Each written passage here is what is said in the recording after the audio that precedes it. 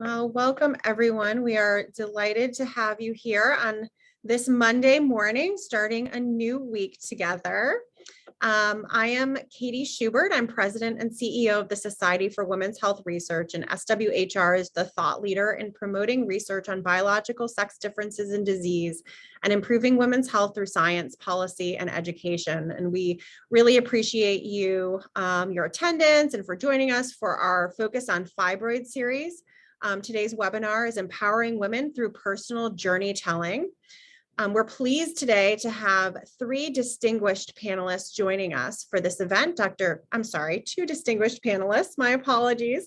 Dr. Soyini Hawkins, who's not only a fibroids patient, but also a minimally invasive gynecologic surgeon at the Fibroid and Pelvic Wellness Center of Georgia, and Satiria Venable, patient advocate and founder of the Fibroid Foundation. I'd also like to thank the sponsors of today's event, AbbVie, Myovant Pfizer, and Roche. And as always, we are live tweeting during today's event. We invite you to use the hashtag SWHRTalksFibroids on social media.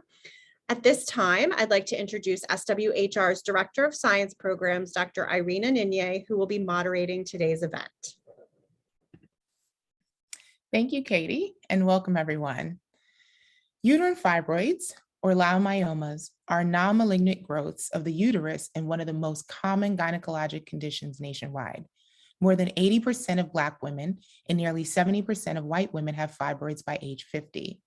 There's limited data on prevalence and impacts of this disease on Hispanic, Asian, and other women of color.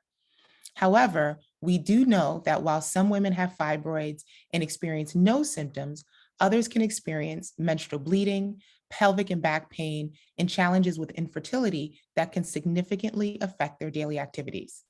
Unfortunately, women with fibroids can also experience delays in diagnosis due to stigma around menstrual disorders and normalizing abnormal symptoms that occur among both patients and healthcare providers. SWHR's Fibroid program was founded to draw awareness to research gaps and unmet needs in clinical care, education, and policy concerning uterine fibroids.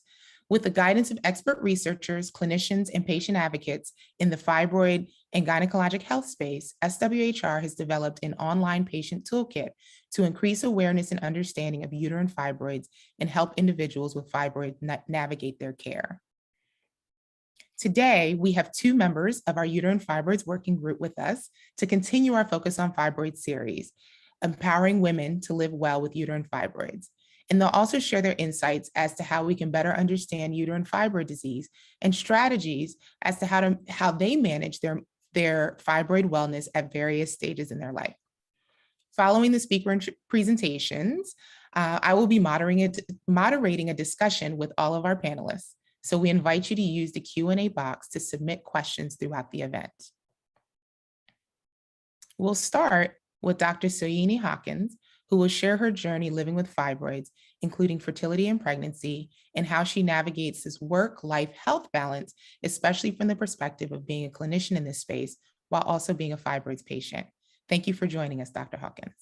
Thank you, Irina, and thank you to SWHR for just continuing the conversation on this very important topic. And I'm continuing to just unmute what fibroids is, educating the public, and also being the voice of pushing for more research, because research obviously is going to help us answer more questions over time and give us more pathways to allow women to understand how best to live with their fibroids.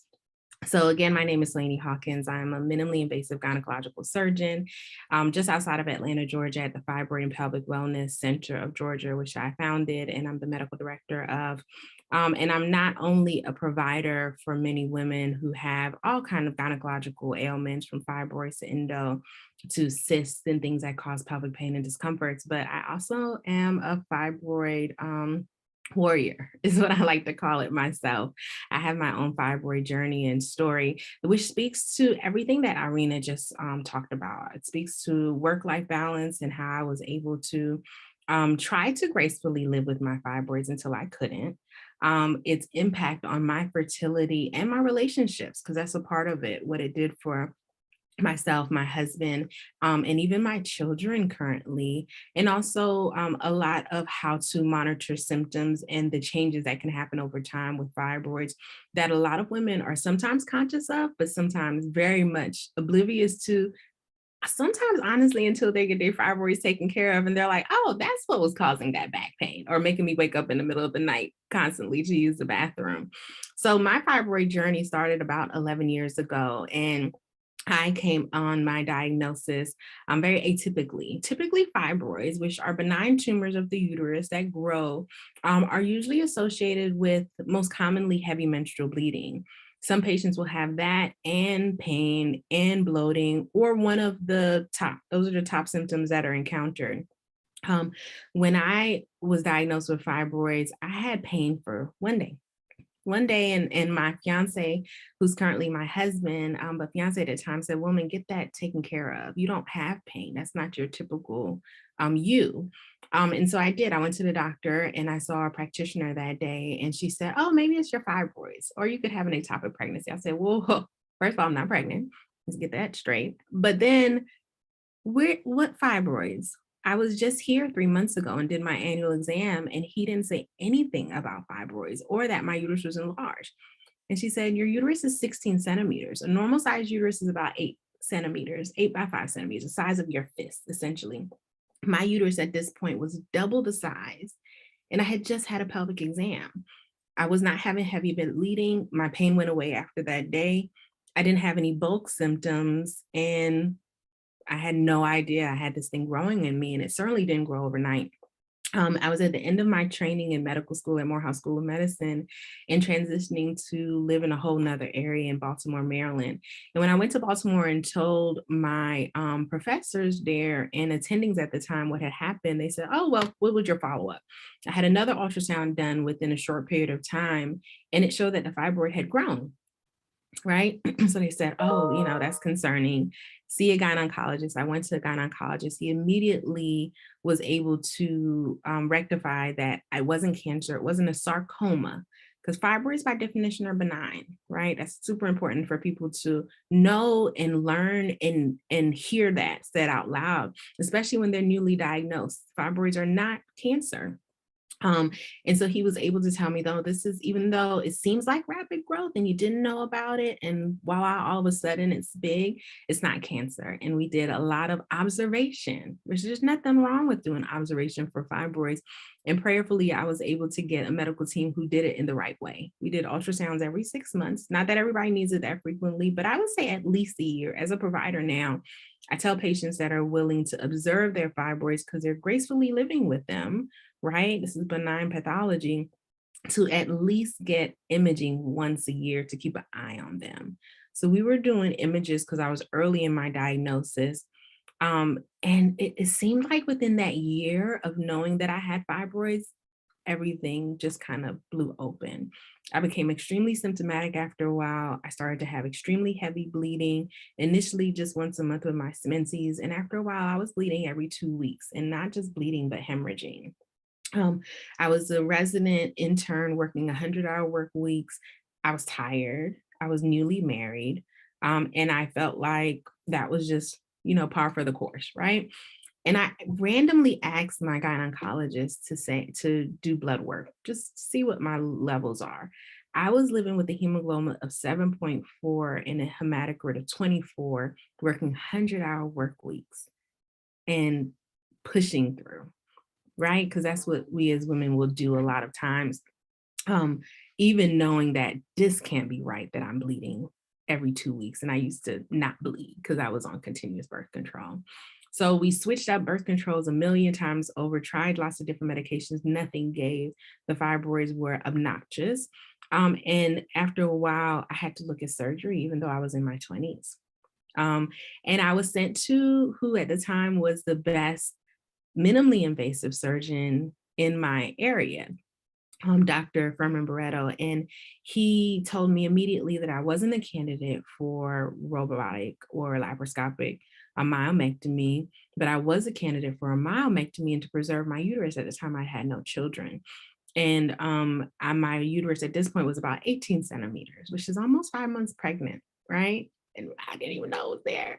And I had my surgery. I had my open myomectomy.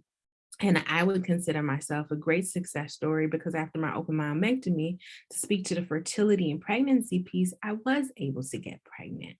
Where my fibroids were, it was in a location where I would not have been able to because I had fibroids in my cavity. When it comes to pregnancy and fertility surrounding fibroids, the location of the fibroid matters more than anything else. Everybody thinks it's all about size, but you can have a very small 1-2 centimeter fibroids if it's in that fibroid, if it's in the cavity or the lining of the uterus, where we call it submucosal, that can impact fertility. And that's where mine was. So even not trying to get pregnant, it would have been nearly impossible for me to get an implantation, meaning the pregnancy to actually stick to the walls of my uterus and lining and allow it to grow, and then carry a pregnancy without miscarrying it, and allowing the baby to grow optimally without a fibroid taking up the space and pressing in and not allowing it to grow. Some of those are the impacts that fibroids can have on pregnancy and fertility. It can increase risk of preterm labor, preterm delivery. It can make pregnancy in and of itself more complicated. It can cause significant pain if there's degeneration of fibroids during the pregnancy. And it can also increase your risk of needing something like a cesarean section for delivery.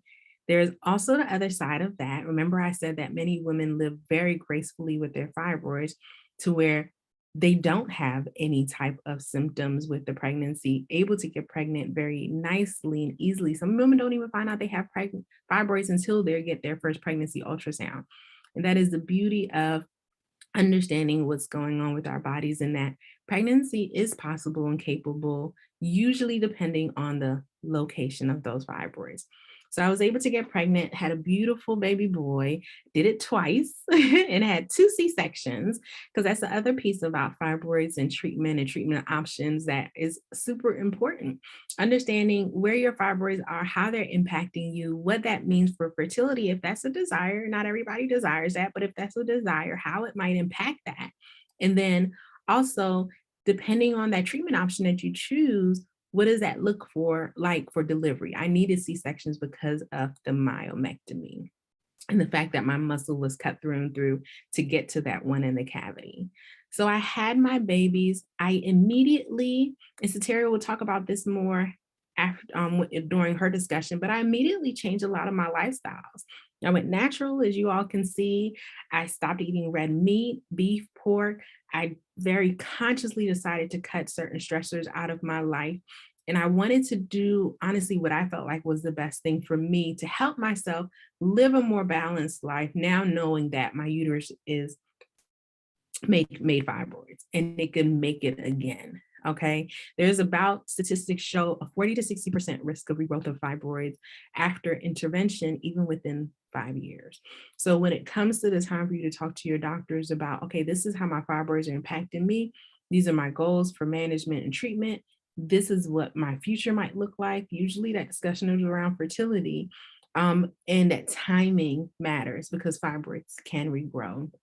Up until this point, I considered myself a part of the 40%, and I, was very proud to say my fibroids have not regrown. I'm doing well. I don't have any issues. But recently, I had a heavy cycle. And of course, being the doctor that I am, I did my own ultrasound, and I have found out that my fibroids have regrown, and they're not in the best locations again. But I have to rectify that. That's a part of the mental portion of having and knowing that you're a fibroid warrior. For me, mentally, I have to now make a decision about how to move forward, being done with my childbearing. My decision is going to be different than it was 11 years ago. The impact it's having on my life is different than it was 11 years ago.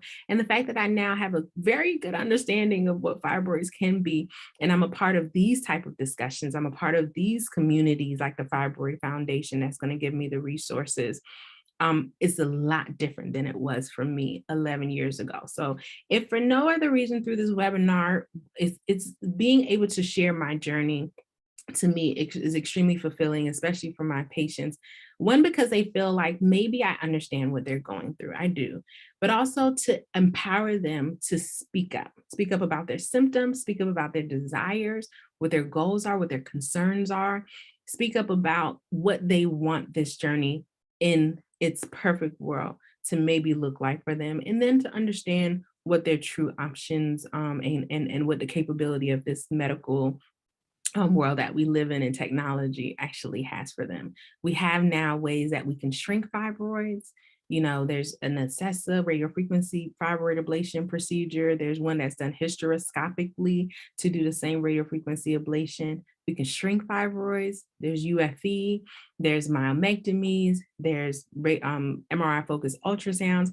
There are medications that are on the market now that can actually help decrease the heavy bleeding associated with fibroids, where you don't even have to have surgery at all if it's not right for right now. So when you go to your doctors and you talk to them about your symptoms, tell them everything that's happening, even if it's just like, my discharge is changing. We want to know, you know what I mean? Even if it's like, I just get a twinge on the right side every once in a while. It might be nothing, could be your fibroids, or could be a cyst, or it could be something else that we need to rule out. But tell them everything and tell them about your future goals, and be open to that discussion about more holistic and naturopathic options. What are your medication options? What are your procedure options, so that you can make sure that your goals align? Thank you guys so much again for having me. And I'm so looking forward to this very worthwhile conversation.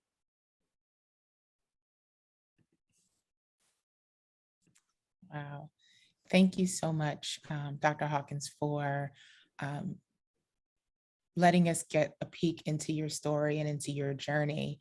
I do want to note, for those that are logging in today, please, if you're coming in live, you can submit questions at any time using the Q&A box at the bottom of your screen, and we'll try to address as many questions as we can during the panel discussion portion of the event. I'd now like to introduce Sateria Van Ebel to discuss her fibroids journey towards wellness that also prompted her to become an inventor and a national voice promoting awareness and wellness for women living with fibroids.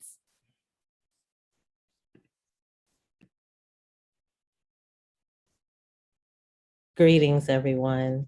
It's such a pleasure to be with you all today. Thank you to SWHR, thank you, Irene, and thank you, Dr. Hawkins, for that personal and professional feedback that was stellar.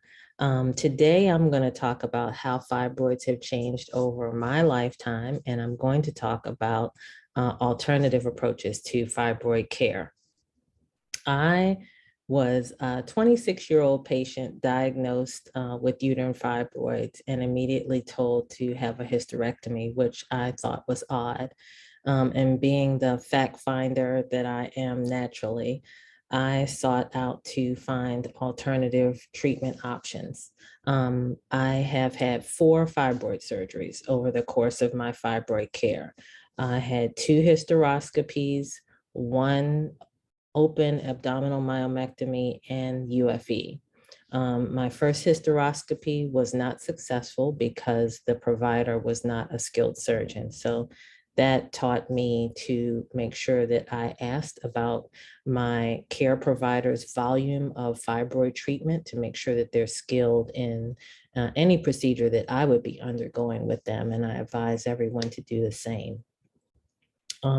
What I learned from that, after my 3rd surgery, I was feeling pretty vulnerable and still not understanding why fibroids weren't a buzzword, because they really had kind of taken over every area of my life. And so I started talking with women.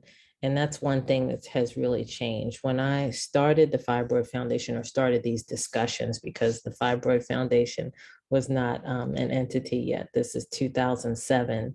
You didn't talk about this openly, but I found out that when I started the conversation, people were just waiting to be able to share that they were struggling with the same thing. And that high incidence of receptivity told me that I was onto something.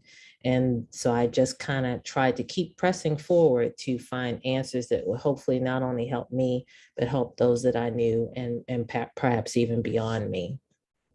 From that conversation and from that investment in that inquiry into finding out how I could be an advocate for my own health, I've seen the conversation really open up and evolve over time, which I think is fantastic. It's refreshing.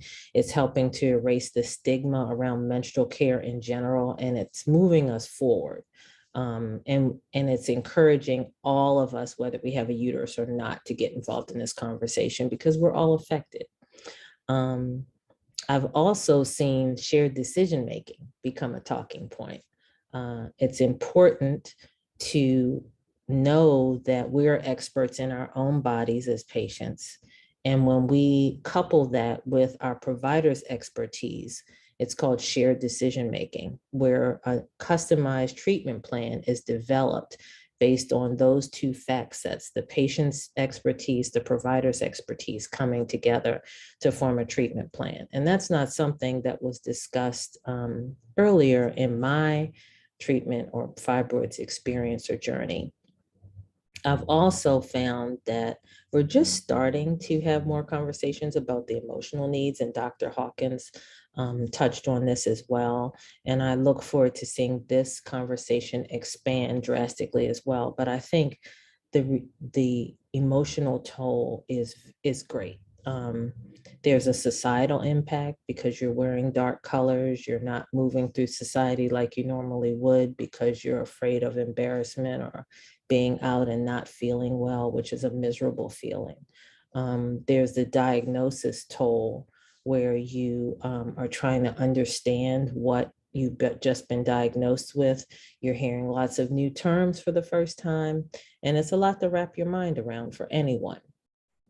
And then there's the relationship toll. I think many of us have experienced significant others who didn't really know how to support us through our diagnosis.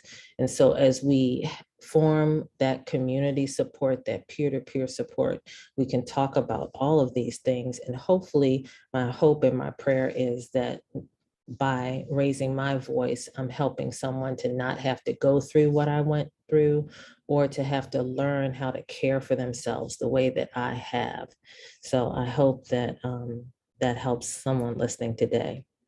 I'll shift now to alternative medicine and complementary medicine approaches. And I'll start this by saying that I believe that we should have in our toolkit traditional medical experts as well as holistic. So, and the reason for that is that holistic remedies typically take longer for you to see results. And if you are compromised and having significant symptoms, you don't want to have an emergency situation and not have a medical care provider that you can easily reach out to for treatment. So it's important to have both. Over the course of my journey, I've tried a lot. And so I'll kind of go through these one by one to hopefully, again, shed some light on someone else's journey to be able to help them. I started off by working with a naprapath, and it's Naprapath. The school of naturopathy is based in Illinois, where I was living at the time in Chicago. And a friend told me to go see a Dr. Lynn Pittman, who was a naprapath, and she adjusted my body head to toe and reduced my bleeding by probably about 70% or more. The only issue with that is when your spine recompresses, the bleeding returns, but Dr. Pittman really saved my life more than one time, and that's a resource that not many people know about. She also helped me with juicing when I was severely anemic. I had a hemoglobin of 6, and I was trying to raise my hemoglobin prior to surgery. She taught me how to juice with beet carrot juice. I did supplement that with iron that has to be handled very carefully because you can only have so much iron daily. But these are tools that we have on our blog, and we try to share with the community so that they can care for themselves as well, because the beet carrot juice doesn't constipate you, because the last thing that you want to have is more pelvic discomfort when you're facing fibrous discomfort already. Another thing I try, which is unusual, is Reiki. Reiki is an Eastern modality, of healing by touch.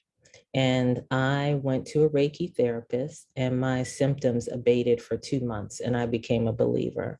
And so I became Reiki certified. And when my cramping would get really bad, I would do Reiki on myself, balance my chakras. And I still do that today for things like acid reflux, or if I have a relative in the hospital who's ill, I'll do Reiki on them while they're in the hospital. And it's just become a lifestyle of mine, a tool that I wholeheartedly believe in. So Reiki it's Reiki, is one of the tools that I use, the holistic tools. I also, because I didn't want to have surgery fought hard for that, I became a pescatarian. So I eliminated all meat from my diet. I eliminated soy and coffee for a period of 7 years. And I did see success, even though I had to have surgery there were the 7 years between surgeries 3 and 4 was the longest period of time that I had ever gone without a surgery. So it definitely slowed down the growth of the fibroids in my body.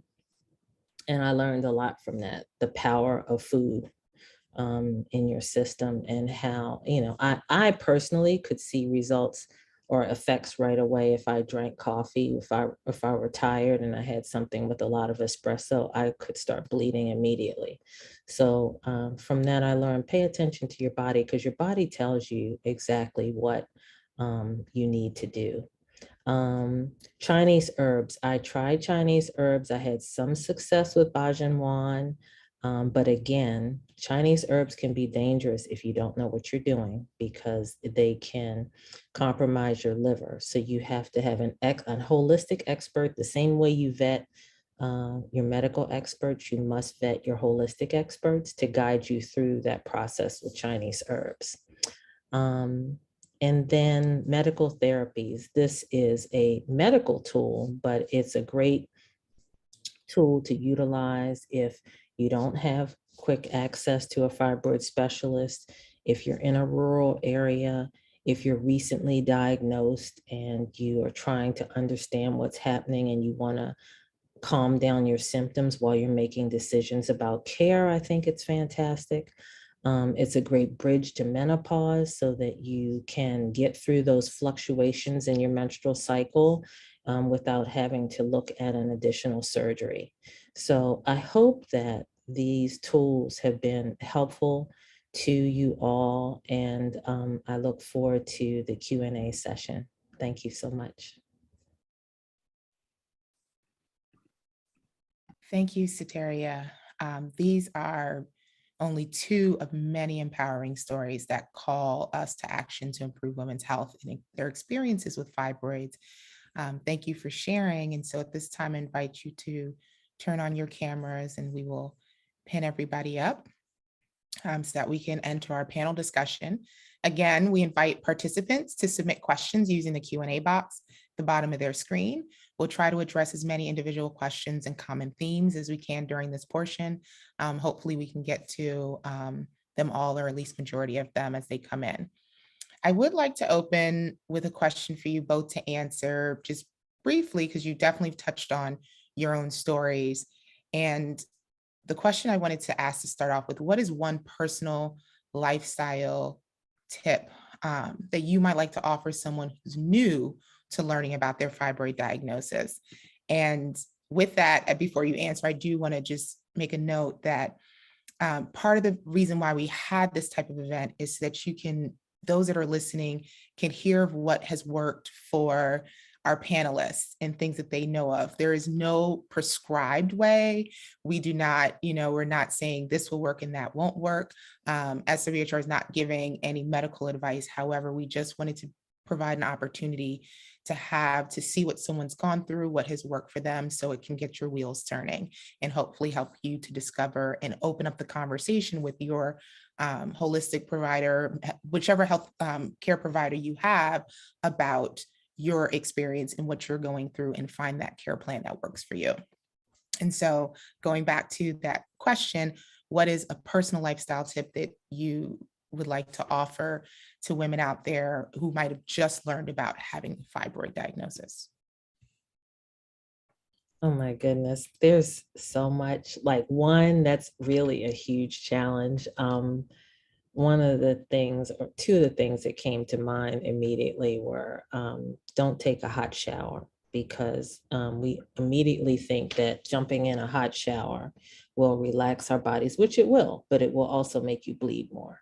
So again, just kind of looking at what you do day to day, what you might be eating, anything that changes the symptom in your body, causes your body to react, is something that you want to pay close attention to. That's a very tough question. I have many more, but I'll stop there. I love it. I love all of them. So I kind of told you guys what I did for myself immediately after my treatment. I wish I did it immediately after my diagnosis, which would have been smarter timing. But I took my diet and the things that I was putting into my body. I started to just honestly examine that with a microscope. I started to read labels. I started to Google, ingredients and things that I ate. I cut out beef and pork, it sounds easy to do. I know it's not easy to do for everyone, but it is one of the simplest things that you can do to decrease some of the exogenous estrogen that you're feeding your body. I re-examine again processed food and my relationship with McDonald's, and do I really need McDonald's in my life? Do I really need canned foods in my life? If you think about what they have to do to get the shelf life of canned foods, to just be able to stay on the shelf for years and years and years and years, a lot of preservatives are added to them. So those are probably potentially simple things that anyone could take. And then I will always 100% stress that cutting out stress is also something you may have more control of than you realize. Cutting out stressful activities, stressful people, stressful circumstances, all of that feeds into not only mentally how we process and go about our daily life, but our bodies, all the way down to our fibroids. One more. Thank you. Mhm. One more, yoga.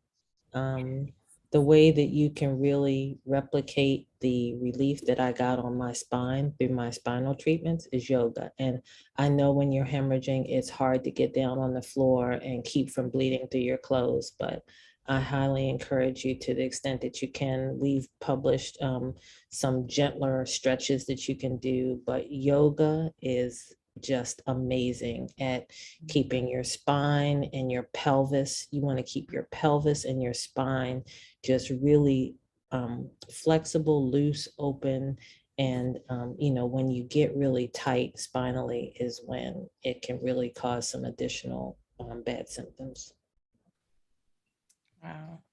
And, those are really great tips. And one of the things that we touched on earlier, which I'm sure a lot of women are also thinking about, and we got a question related to determining that vetting process, particularly with surgeons. How do you determine the skill level? Like, a lot of individuals will focus on their successes, but not where they have their gaps. So what types of things did you ask? And maybe even Soyini, from your standpoint, how do you communicate your experience, and also where you may not have experience when somebody wants you to do something? Mm-hmm. So I'm a minimally invasive gynecological surgeon. Some people have never, ever heard of that term. I'm a subspecialist in the field of obstetrics and gynecology. I no longer deliver babies. I honestly, and this is not necessarily everyone's way that they practice or fashion to, or have the ability to design their practice, but I focus kind of wholeheartedly on surgery. So only people coming in my door are people who are considering surgery. Usually they've been diagnosed, they know what their symptoms are. They may have even tried other things, and now they want to do surgery. And the reason I became so specific, it didn't happen overnight, but over time, I found like that's where the need was. Right? I feel like there's a lot of people that can get the diagnosis, start to get some management, but there weren't enough people that were offering minimally invasive options. So patients had a quicker turnaround, less pain, less complications with their surgeries. And so when I was having patients that were waiting 3 months to see me for my specialty, I started to taper on, I don't do annual exams and vaginitis and breast exams anymore. I only do surgery because the need is so great there for people that are specialized in it. So I tell a lot of patients, even when I talk on forums like this, or that might send me a message on IG, look for a specialist. Look for someone that has a special interest in whatever's going on with you. Special interest in PCOS, special interest in endometriosis, special interest in fibroids, because they're out there. We're out there. I did 2 years of fellowship training. After I had my surgery, I went back to the surgeon that did my surgery because he was the best in the game. And I said, teach me everything you know, because this is where I felt like I could make an impact on women going into, medicine. And I was very surgically inclined. So there are specialists. Definitely ask that question about their background and training, what their special interests are, maybe even what they've done research in. Not that it's absolutely necessary, but it can speak to their kind of, how they've diversified themselves to have an understanding that maybe not even everybody needs surgery, right? I can still talk to my patients about those medications that we addressed earlier. And then patients ask me all the time about my numbers. I have no problem sharing my numbers. I have no problems talking about previous complications that I've had. And I always encourage patients in doing that, also ask them about how they can be preventative, like what type of things do they do in surgery to try to prevent adhesions or bleeding or any complications. Those things, a surgeon that is confident in their skill set and have done this will be able to answer for them, and they're fair questions to ask. So you can ask for the numbers as a patient.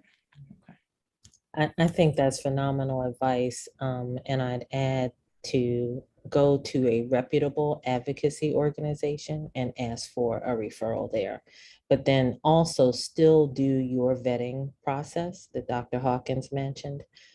Prior to there being fibroid advocacy organizations, I would get the top doctors magazine in the city in which I lived every year and read it like a Bible, because the top doctors are physicians' referrals to other physicians, basically who they would want to treat them or their family member. And again, still do your own research, even when you have that as a tool. And that actually kind of segues us into the there's some questions around how can you find a doctor, and one other way is to check with your insurance provider as well to see who's a specialist in your area. And I like how you put it, someone who has special interests, because that means it's not just their skills, but their knowledge base is going to be a bit deeper in that area so that they can tell you more than you go to a surgeon. But like you said, because it's your interest, you also know the medications, you also know that. And so you can get, a little bit more in a consultation with them. We have our fibroids toolkit that I mentioned earlier at SWHR that we've posted online. We've dropped it in the chat, and I guess you can probably put that in the chat again, just for those that have come since. And we do have a list of questions to ask your doctor. We have some questions if you're considering surgery.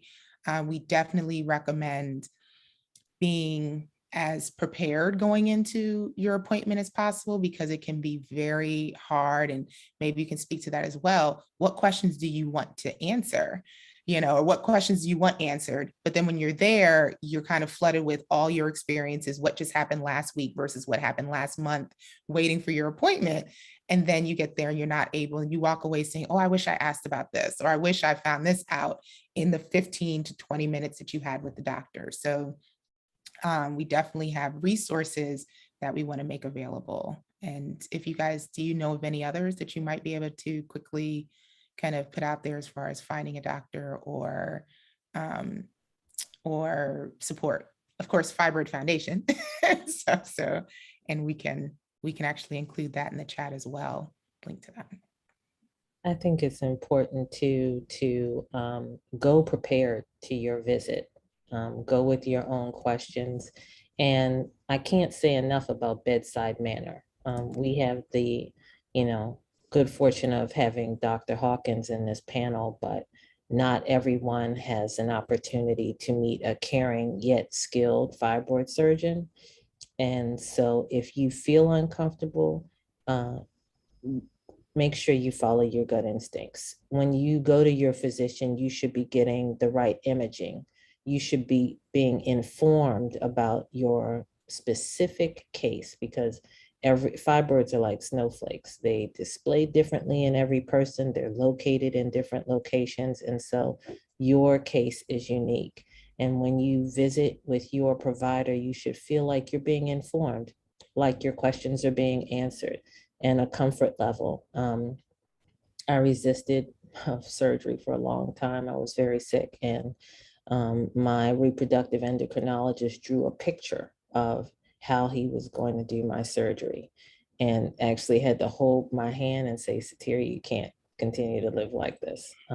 So you have to continue to, just advocate for yourself, ask those questions, and, do everything you can to make sure that you're in good hands when you go into surgery, if you have to go into surgery. And make sure that you have an understanding of what's going on. I can't stress that, enough, because sometimes the conversation is not the way that you envision it and what you want to hear. I have a lot of patients that come to me specifically for minimally invasive option. And the reality is that they're no longer a great candidate for it. It's not a safe surgery anymore. It's not that I'm not capable or skilled enough to do it. It's just I'm not going to do an unsafe procedure. But my patient is going to leave understanding why. They're going to understand their anatomy. They're going to understand their options and the pros and cons of all of them, even if it's not an option. So those type of conversations are, super important. And sometimes that takes 2 visits. I fashion my practice with this in mind. So every person that meets with me has 45 minutes. Not every doctor can give you 45 minutes to have this discussion and answer those questions, but they do need to be answered. So sometimes that's multiple visits to get to an understanding. But in that first visit, you need to be heard. In that first visit, I need to know you and what your desires are.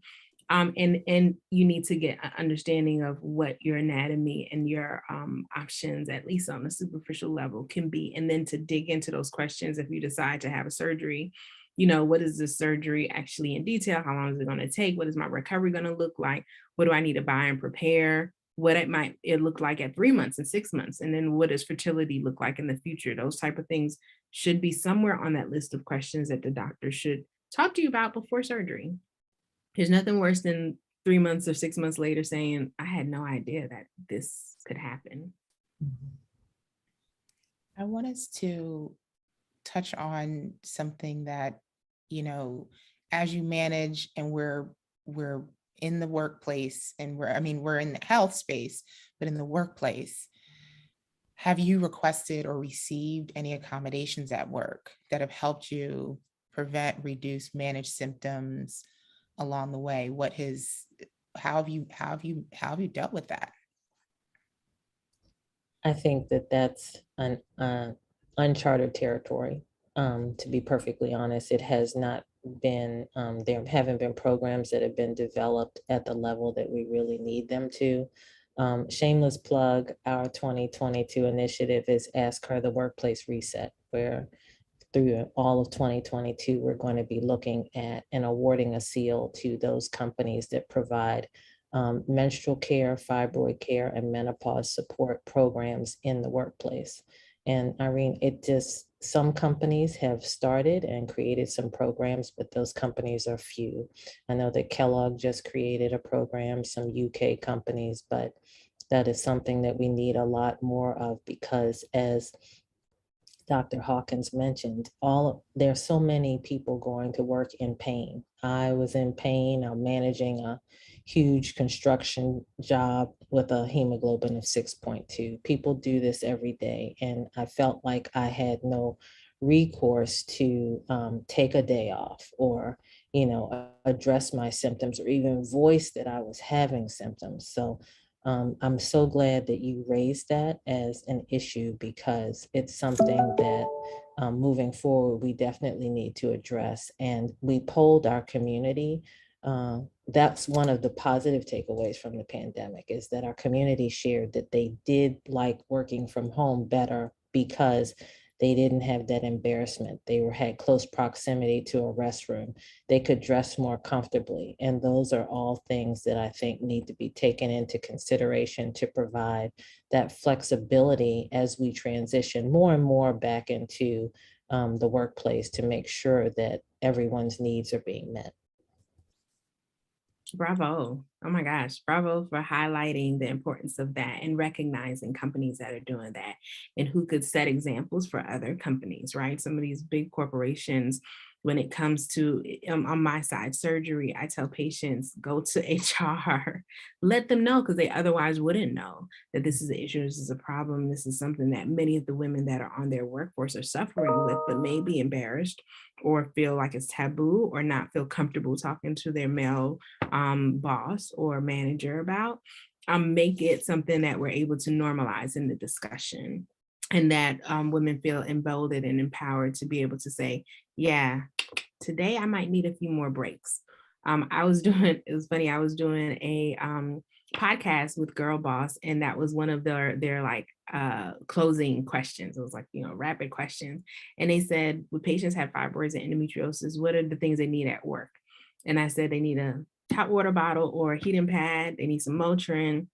They need a good girlfriend. They need someone that's going to have their back if they have to step out, or maybe that's going to check the chair behind them when they get up at the meeting, or say, honey, you got a little spot on your white pants that you wore to work today. Because we have to be a community about this thing, especially in the workplace. It's the only way that will allow the conversation to kind of grow, and for more organizations and companies to feel the need to be supportive of the women that are taking care of them, to make sure that they're taken care of as well, no matter what the disease process might be. I think you raised such a good point that even if there's nothing, continuing to say it will do the buzz. If enough women are going to HR and mentioning it, then eventually someone's gonna be like, we might need to address this if they keep hearing it consistently. And so I think there's the ground up work, but there's also a need for legislation. And so maybe Satira, can you talk a bit about legislation that's out there? I think there was a question that came in about the funding and legislation and it not being where it needs to be. But I know we have some work. Absolutely right. Yeah. You guys are Thank working you for asking that question. We are trying. There are many folks trying to get this legislation across. So where we are right now is we have had some success because fibroids has been added to fibroids language is in appropriations. We don't know what the funding level will be yet, but at least it is in appropriations for this session of Congress. There's also the fibroid bill, which has many co-sponsors, but we will need more for it to be able to have a successful passage. So we're waiting to see if that will happen during this Congress or whether we will have to encourage and support a reintroduction for the next Congress. We also would like to see fibroids language added back to the Defense Act to support those who are in the military. It was there was language in 2020 and it was removed. So what everyone listening can do to help is the one question we are always asked is who in my community would be helped by the passage of this funding. And so please write your legislators. We have a link on our website because when you let them know that you're in their community and that this legislation and this funding would be serving one of their direct constituents, it makes a huge difference. And so that's kind of a snapshot of where we are. I know the Vice President's office is hosting a maternal health event tomorrow. And so those are wins. Those are huge wins when we have prominent, caring, empathetic legislators who are utilizing and sharing their platform to raise awareness of women's health needs. Yes, SWHR, Fibroid Foundation, and many others that are coming together and doing this work. It is so important. It's so important. There is something I want to touch on, taking us a bit back to care, but also on that educational piece. You both mentioned how you've changed your diet and healthy living and lifestyles, which for someone who might not have a lot of resources, financial resources, what are some things that you can recommend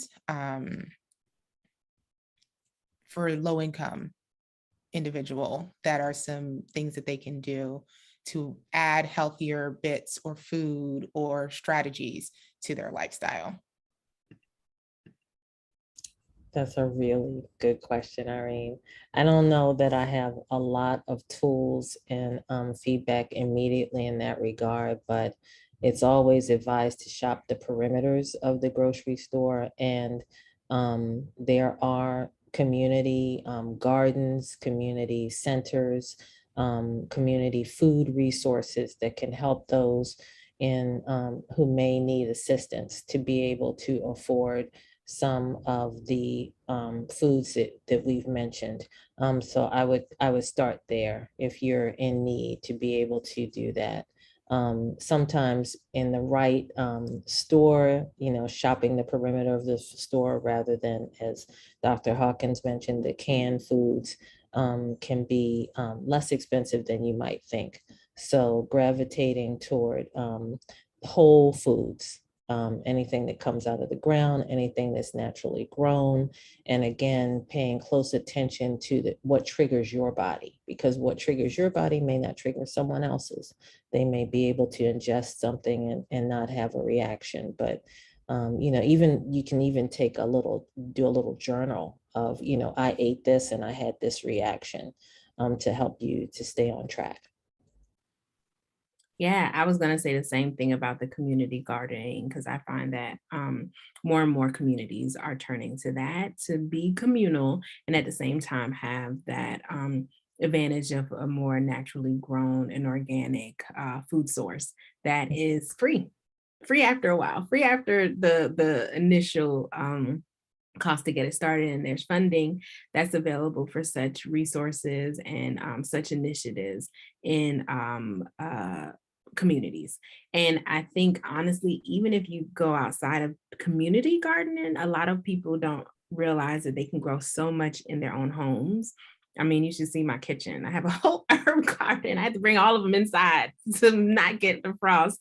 And so my window sill is like full of all types of herbs and and tomatoes and peppers and all types of things that are growing. So it doesn't have to be as complicated as we want to make it. Not to say that, ordering off of the dollar menus is a real thing for some people. That might be all that they're able to do. And so it's hard to say, okay, if you're telling me to cut out McDonald's, what am I going to replace it with? Because I have 5 children to feed and this is my fixed income, or I don't have an income.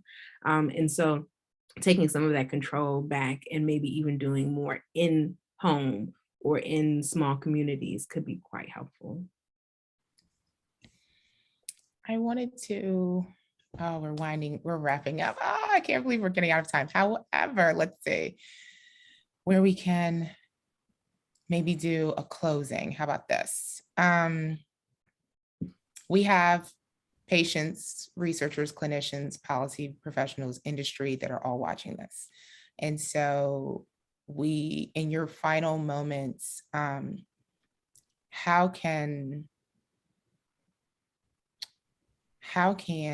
would you recommend to viewers to help them support or improve care for women living with fibroids? What is one thing that you often hear isn't done enough that maybe you want to highlight or amplify here today? Say, this is what we need. We've talked about legislation. We've definitely talked about, care, talking to your doctors. So something that we might not have talked in today that you'd like to remind folks at home. I think what we've gotten here today, community, advocacy, sharing your story, talking about your personal journey. I have a number of patients that have heard either my story or someone else's story on Facebook or IG or YouTube or whatever, and it's empowered them and given them what they needed to kind of push themselves in a direction to say, yes, I'm a caretaker for my mother and father.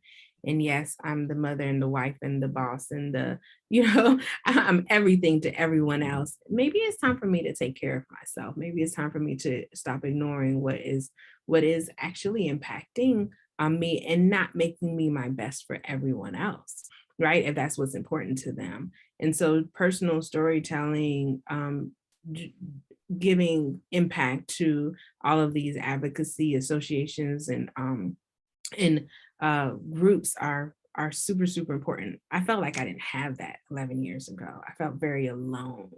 I felt very hidden and silenced in my fibroid journey. And now we have so much that we can give into. So each individual and each patient doing their own to find their way to help others. It makes you feel good. And it also will continue to encourage you along your journey, because so many of us share in our experiences and can feed into each other. So this is impactful. Doing more of this, to me, is the biggest way to make impact in our community.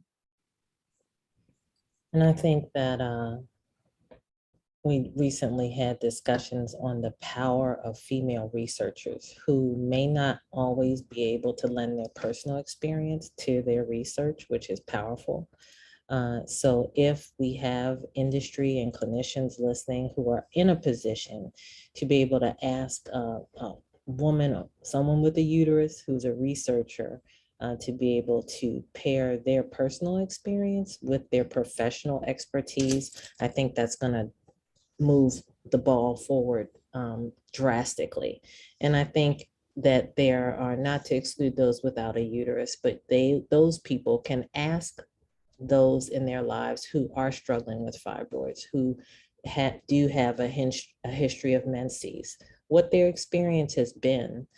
Because when we have these conversations, it kind of opens the door for things to improve. You know, all the time I ask people, invite them to go ask the women in their lives about fibroids, and they come back and tell me they had no idea that their mother had a hysterectomy for fibroids, or that their sister had struggled and had been in so much pain. And I think when we have this conversation, then we know what we can do in our communities, in our jobs, or even in our families to provide that support to be able to try to improve this for everyone. That is such great advice. We thank you so much for joining us today and sharing your experiences, your words of wisdom, and just in everything you had to. We hope that those joining were able to pull some nuggets and that women were empowered from the information that was shared today. Thank you to those that have joined us today, and also to AbbVie, Myovant, Pfizer, and Roche, our sponsors, for their support of this event and SWHR's Uterine Fibroids program. We'd also like to thank everyone who contributed toward the development of SWHR's Uterine Fibroids Toolkit, a patient empowerment guide. And we invite you to go to our website and download this toolkit. We've dropped some different sections. It talks about treatment. It talks about wellness tips, also questions to ask your doctor, information about fibroids. And so all those who are watching, we also invite you to connect with us on social media. Visit our website, www.swhr.org, and download our toolkit as well as other resources, or you can sign up for our newsletter. Again, hashtag SWHR Talks Fibroids. Let's continue this conversation. Lastly, we'll send out an email to everyone with a recording of today's webinar for all registrants, so please be on the lookout for that. Thank you for joining us. Have a good rest of your day.